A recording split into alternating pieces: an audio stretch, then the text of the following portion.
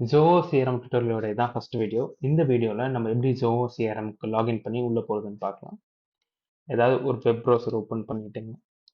அங்க போயிட்டு Zoho CRM login type பண்ணுங்க.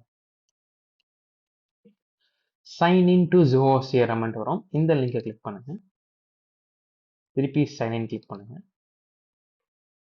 இங்க வந்து ஒவ்வொரு சேல்ஸ் பர்சன்ஸ்க்கும் அவங்களுக்கு அந்த இமெயில் ஐடியும் பாஸ்வேர்டும் கொடுத்துருப்பாங்க. அந்த இமெயில் ஐடி பாஸ்வேர்டு கொடுத்து நீங்க லாகின் பண்ணிக்கோங்க.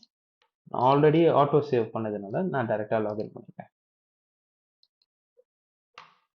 ஸோ நீங்கள் சைன்இன் பண்ணும்போது இந்த மாதிரி தான் உங்களுக்கு வரும். சப்போஸ் நீங்கள் ரொம்ப நாள் லாகின் பண்ணல இல்லை ஃபர்ஸ்ட் டைம் லாகின் பண்ணுறீங்கன்னா உங்களுக்கு இந்த மாதிரி பேஜ் காட்டும்.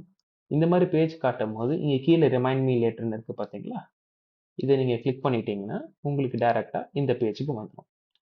ஸோ இதுதான் வந்து Zoho CRMோட ஹோம் பேஜ். இது ஒவ்வொரு சேல்ஸ் பர்சன்ஸ்க்கும் இந்த அக்கௌண்ட்டில் இருக்கிறது வந்து டிஃப்ரெண்ட்டாக மாறிட்டே இருக்கும். இப்போ நான் இந்த வீடியோவுக்காக இது சிம்பிளாக இந்த மாதிரி வச்சுருக்கேன். நம்ம வேணும்னா நம்ம கஸ்டமைஸ் பண்ணி நம்ம ஹோம் பேஜை எப்படி வேணாலும் கஸ்டமைஸ் பண்ணிக்கலாம். சரிங்களா? ஸோ நீங்கள் ஒவ்வொரு தடையும் உங்களுக்கு இமெயில் போட்டுட்டு லாகின் பண்ணுறது கஷ்டமாக இருக்குன்னா உங்களுக்கு புக் மார்க்குன்ற ஒரு ஆப்ஷன்ஸ் இருக்குது. அது நீங்கள் யூஸ் பண்ணீங்கன்னா உங்களுக்கு கொஞ்சம் ஈஸியாக இருக்கும். அது எப்படி பண்ணுறதுன்னு நான் சொல்கிறேன். இந்த இடத்துல ஸ்டார் பட்டன் இருக்குது பார்த்தீங்களா, இது கிளிக் பண்ணிவிட்டு இந்த இடத்துல வந்து கிளிக் பண்ணிங்கன்னா புக் மார்க் பார்ன்னு இருக்கும்.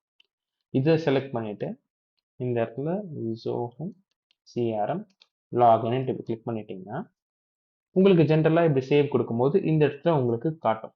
சப்போஸ் அப்படி காட்டலைன்னா இங்கே 3 டாட்ஸ் இருக்குது பாருங்க, இங்கே கிளிக் பண்ணிவிட்டு இங்கே புக் மார்க்ஸ்ன்னு இருக்குது பார்த்தீங்களா, இங்கே போயிட்டு திருப்பியும் ஷோ புக் மார்க்னு இருக்குது, இதை கிளிக் பண்ணிங்கன்னா உங்களுக்கு இந்த மாதிரி காட்டும். சரிங்களா? ஸோ நீங்கள் நெக்ஸ்ட் டைம் நீங்கள் என்ன பண்ணிக்கலாம், இந்த மாதிரி டைரெக்டாக ஒரு உள்ளே போயிட்டு டைரெக்டாக இங்கே ஜஸ்ட் இப்படி கிளிக் பண்ணிங்கன்னா போதும், அது ஆட்டோமேட்டிக்காக உங்களுக்கு இந்த பேஜ் கிளிக் வந்துடும். இமெயில் ஐடி பாஸ்வேர்டு நீங்கள் போடணுன்ற அவசியம் கிடையாது. சரிங்களா? ஸோ இந்த வீடியோவுக்கு இவ்வளோ தான். நம்ம நெக்ஸ்ட் வீடியோவில் இங்கே வந்து லீட் எப்படி கிரியேட் பண்ணுறதுன்ட்டு ஒரு புது கஸ்டமர்ஸ்க்கு பார்ப்போம். சரிங்களா? தேங்க்யூ.